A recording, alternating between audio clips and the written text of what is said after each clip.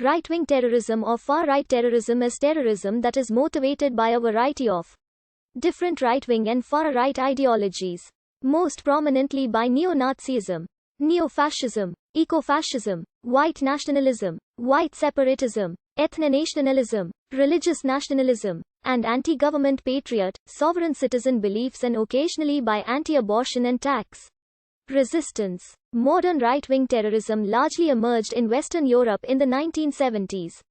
And following the dissolution of the Soviet Union in 1991, it emerged in Eastern Europe. Right-wing terrorists aim to overthrow governments and replace them with nationalist and/or fascist regimes. They believe their actions will set in motion events that will ultimately create these authoritarian governments. Although they often take inspiration from fascist Italy and Nazi Germany with some exceptions, right-wing terrorist groups frequently lack a rigid ideology. Right-wing terrorists tend to target people who they consider members of alien communities. But they may also target political opponents, such as left-wing groups and individuals. The attacks which are perpetrated by right-wing terrorists are not indiscriminate attacks which are perpetrated by individuals and groups which simply seek to kill people. The targets of these attacks are carefully chosen, because the targets of these attacks are often entire sections of communities. They are not targeted as individuals. Instead, they are targeted because they are representatives of groups which the terrorists consider alien.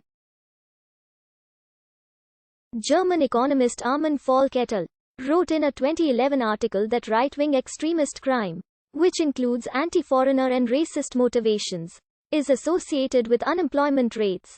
As unemployment rates increase, REC also increases. A 2014 paper argues that right-wing terrorism increases with economic growth, seemingly due to its proponents often being people who lose out under economic modernization. Conversely, a 2019 study found that economic predictors did not predict right-wing terrorism. Rather, levels of extra-European immigration did. Right-wing terrorists did not want immigrants in their country and sought to drive them out with force. Increased migration thus caused greater resentment and thus greater motive for attacks. In 2016, Thomas Greven suggested that right-wing populism is a cause of right-wing terrorism.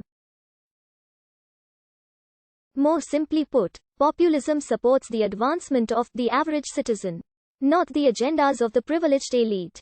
Greven defines right-wing populists as those who support ethnocentrism and oppose immigration.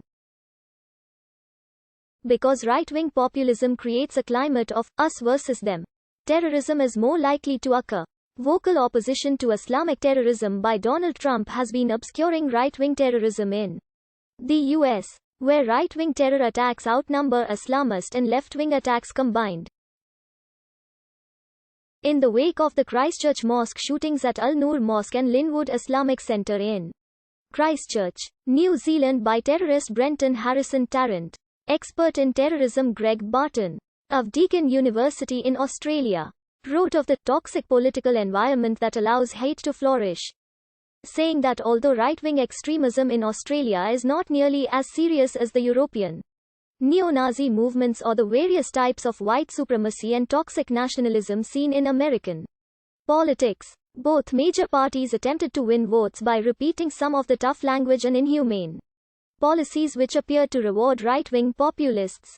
He further argued, the result has been such a cacophony of hateful rhetoric that it has been hard for those tasked with spotting the emergence of violent extremism to separate it from all the background noise of extremism. According to Moghadam and Eubank, groups associated with right-wing terrorism include white power skinhead gangs, far-right hooligans, and their sympathizers. The intellectual guides of right-wing terrorist movements espouse the view that the state must rid itself of the foreign elements that undermine it from within, so the state can provide for its rightful, natural citizens. In Australia, experts, police and others have been commenting on the failure of the authorities to act effectively in order to combat right-wing radicalization, and the government has vowed to put right-wing extremist individuals and groups under greater scrutiny and pressure, with the Home Affairs Minister Mike Pezzullo making strong comments to a parliamentary committee A week after the Christchurch mosque shootings in Christchurch,